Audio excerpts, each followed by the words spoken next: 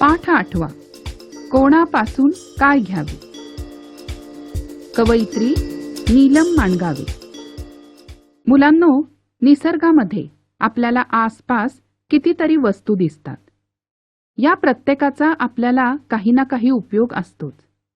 मग या प्रत्येकाकडे असलेली एक एक चांगली गोष्ट आपण त्यांच्याकडून घ्यायची आहे. बघूया काय काय मिळतं ते. सूर्यापासून रंग घेऊया, चंद्रापासून शांती.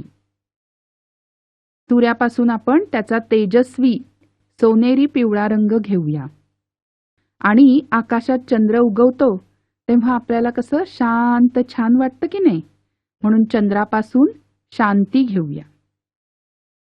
चमचमणाऱ्या ताऱ्यापासून दिव्य घेऊया कांती. आकाशातले तारे कसे चमचम करत असतात की नाही, त्यामुळे ते किती सुंदर दिसतात. तर कांती म्हणजे तेज. तर या ताऱ्यांपासून आपण तेज घेऊया. फुलापासून गंध घेऊया, कोकिळाकडून गाणे.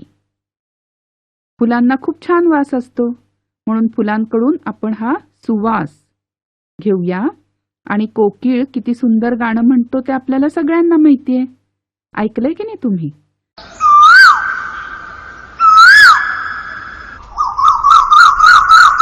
मग या कोकिळाकडून आपण गाणं घेऊया. झुळझुळणाऱ्या झऱ्यापासून घेऊ नवे तराणे. तराणे म्हणजे नवीन प्रकारची गाणी. झरा नेहमी कसा झुळझुळ करत वाहत असतो, त्याचा हा एकसारखा नाद, आवाज आपल्याला फार प्रसन्न वाटतो.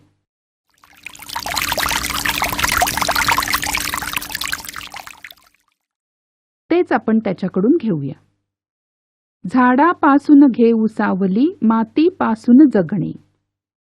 झाडाच्या पासून सगळ्यांना सावली मिळते, ती आपण घेऊया.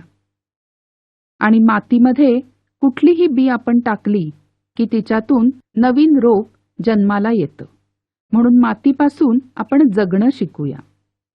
गडगडणाऱ्या ढगापासून घेऊ जीवन गाणे. ढग जेव्हा गडगड आवाज करत असतात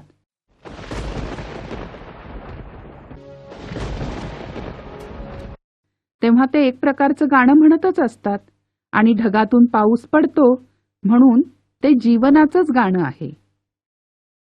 प्रभात काळी एक शिकूया, जगवित जीव जगूया. प्रभात काळ म्हणजे सूर्योदयाचा काळ. सूर्य आकाशात उगवला की एक नवीन दिवस सुरू होतो, म्हणून सूर्यापासून आपण जगायला शिकूया. संध्या समयी एक होऊनी, सारे मित्र हसूया. संध्या समय म्हणजे संध्याकाळ. दिवसभर आपण अभ्यास केला, कामं केली की संध्याकाळी सगळे मिळून एकत्र येऊ आणि सारे मित्र मिळून हसू, बागडू आणि खेळू.